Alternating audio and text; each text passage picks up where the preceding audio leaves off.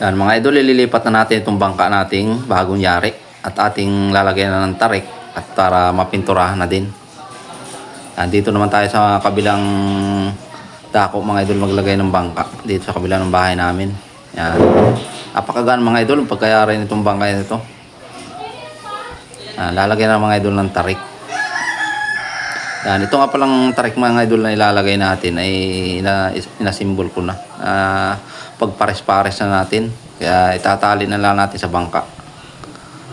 Yan, itong panghuli muna mga idol ang ating tali. Panghuling tarik.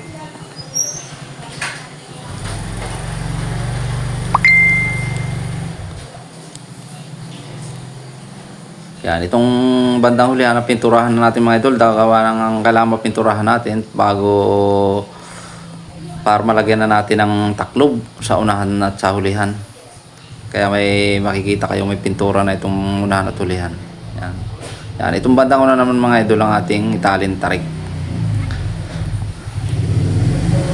Pares-pares sa mga idol yan. Naka tali na rin yan. Naka big kiss na rin.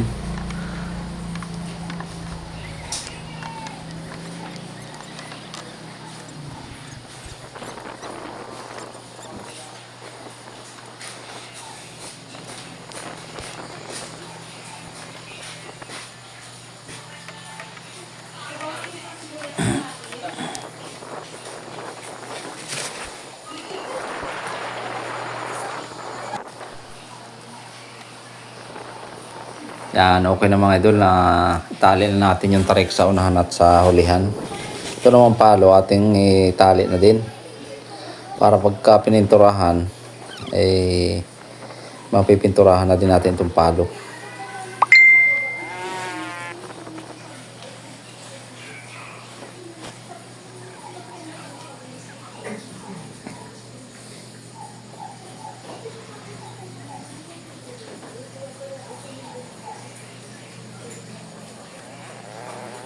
Yan, ating pinturahan ng mga idol itong bandang loob ng bangka. Yan. Ang kulay nito mga idol ay sky blue na rin yung ating tinimpla na pang pintura dito sa loob.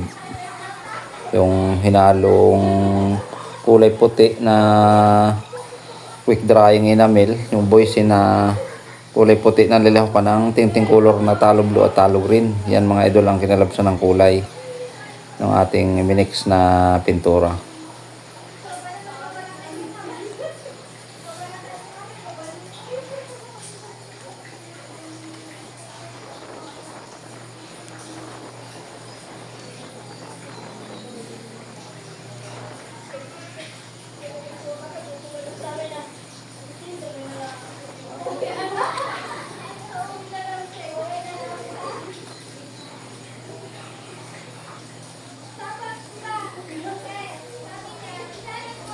Yan.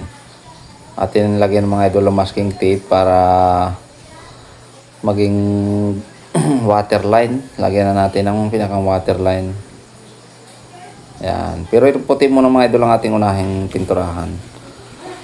Naglagyan lang natin ng pinakang guide para tuwid yung ating pintura doon sa padating sa kulay orange.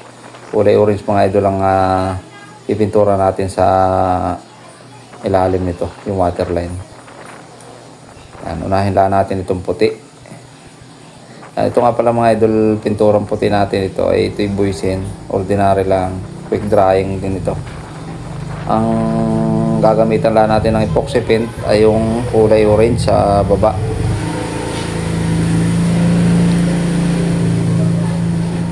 Weber epoxy paint mga idol ang ating ginagamit dyan.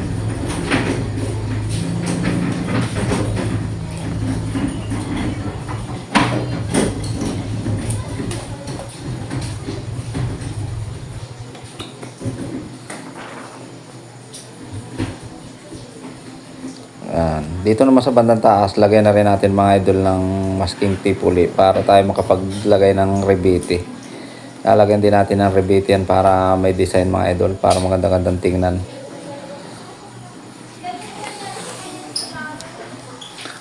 Ang bali ang kulay nito mga idol ay halos kasing kulay ito nung kay Idol Jason. na una nating ginawang bangka. Medyo mahaba lang mga idol ang pagkabangka nung kasya dito. Maigsi lang ito. Yan, pero ang kulay mga idol parehas lang.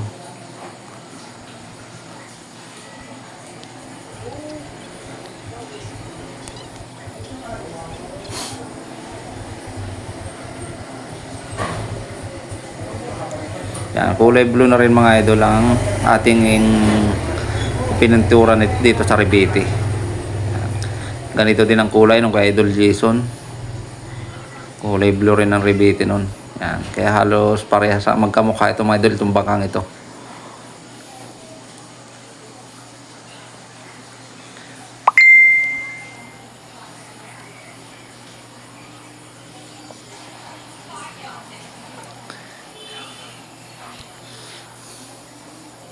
Yan, okay na mga idol ang pintura.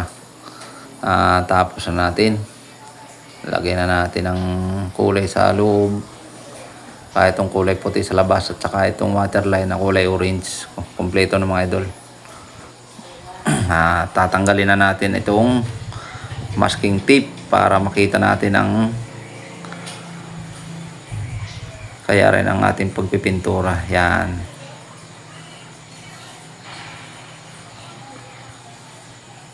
Okay naman mga idol, tuyo naman na yan. Pwede na natin tanggalin yung ating ginamit na masking tape.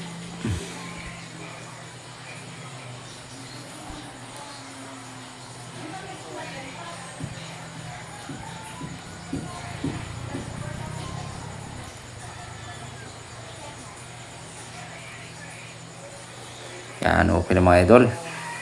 Katapos na rin tayo dito sa pagpipintura. Yan. Ilagay na rin natin yung papag nating niyari dito sa bangka. Yan. Sa labas na natin pinuntarahan mga idol yung papag. Yan. Saka itong taklob ng kamarote.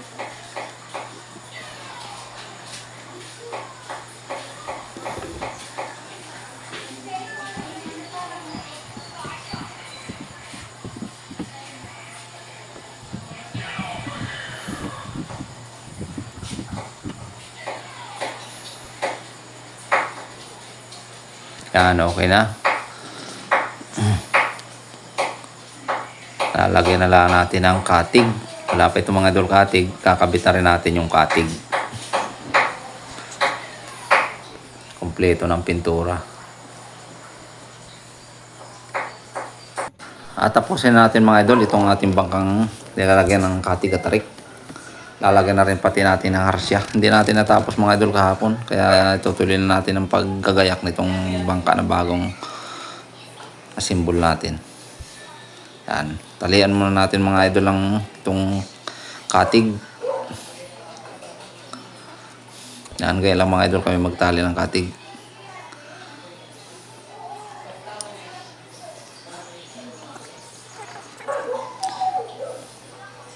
Yan, itong yung apat na sulok mga idol niyan ay nakalak lahat. Hindi yan makakalas. Yan, ito naman dito na tayo sa paglalagay ng harsya. Lalagyan na natin ng harsya.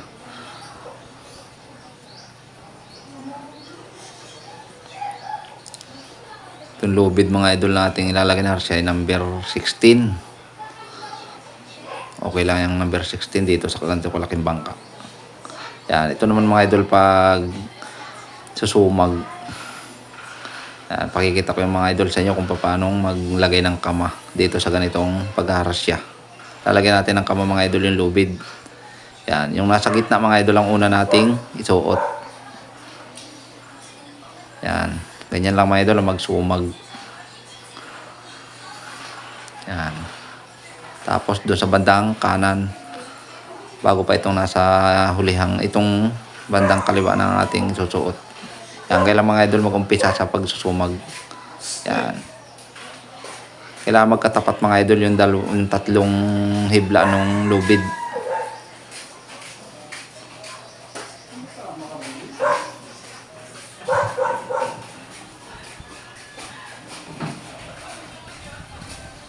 Dalawang suot lang mga idol ito itong ganitong kama.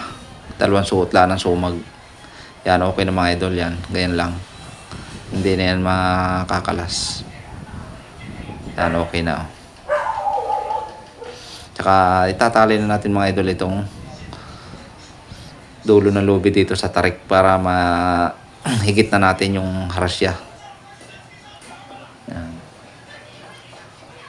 Hindi na natin masyadong hihigitin, gawa ng naka-butterfly na sadya itong ating tarik.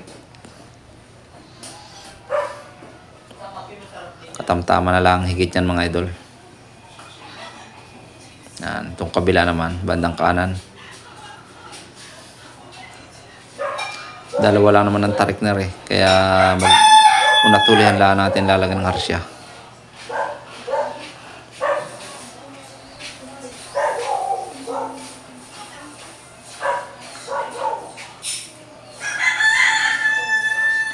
Yan, laging yung gitna mga idol ang una nating isusuot. Pag ating kinalas yung lubid, tingnan natin yung doon sa tatlo, yung gitna, yun ang unang isusuot lagi natin pagka tayo mag-uumpisa sa pagsusumag.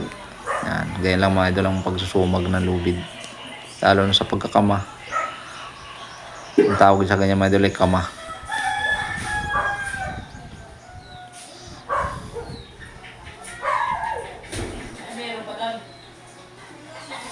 Yan, dalawang suot lang naman mga idol ang ginagawa natin dyan.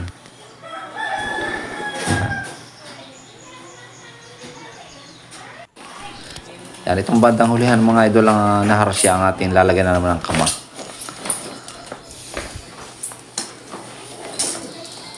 Yan, ganyan lang mga idol magsumag ng harsya ng bangka. Yan, ating silo na dito mga idol sa palo.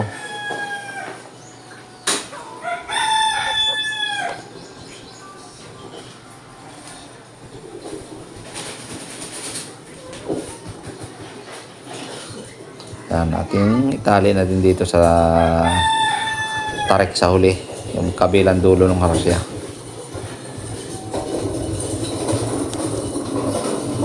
Yan, katulong ko pa kung nga pala mga idol ay yung aking pangalawang anak.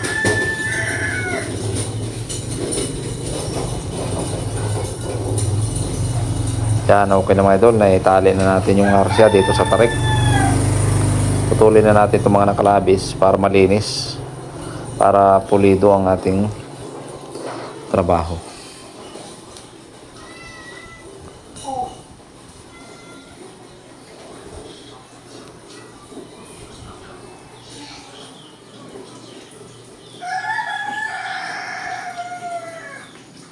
Okay na mga idol, at tapos natin ang paggagayak ng mga tarik at katig saka itong palo. Kakabitan natin mga idol itong makina na 7 HP na Dymax. Yan mga idol ang makina nitong ating na-symbol na bangka.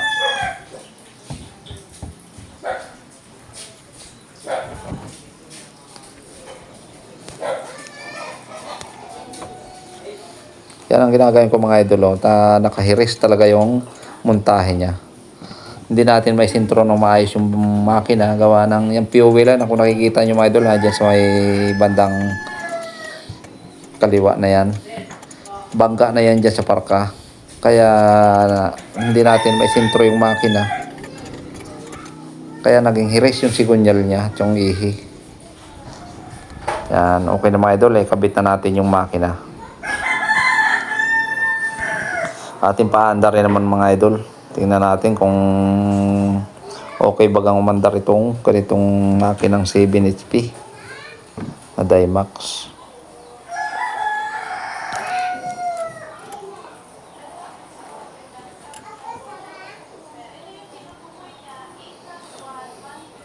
Hindi pa pala nga mga idol na napalitan ng tambotso ito.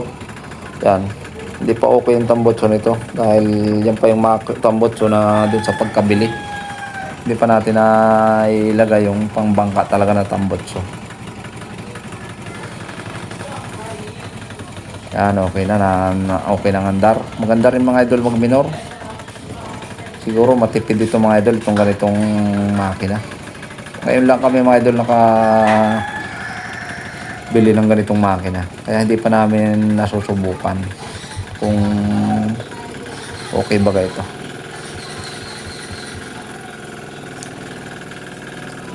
Pero sa tansya ko mga idol, okay naman. Maganda rin yung mandar.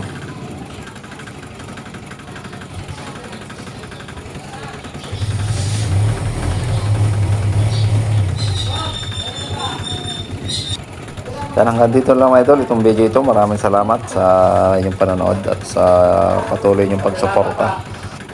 Hanggang sa muli po at God bless po sa atin lahat.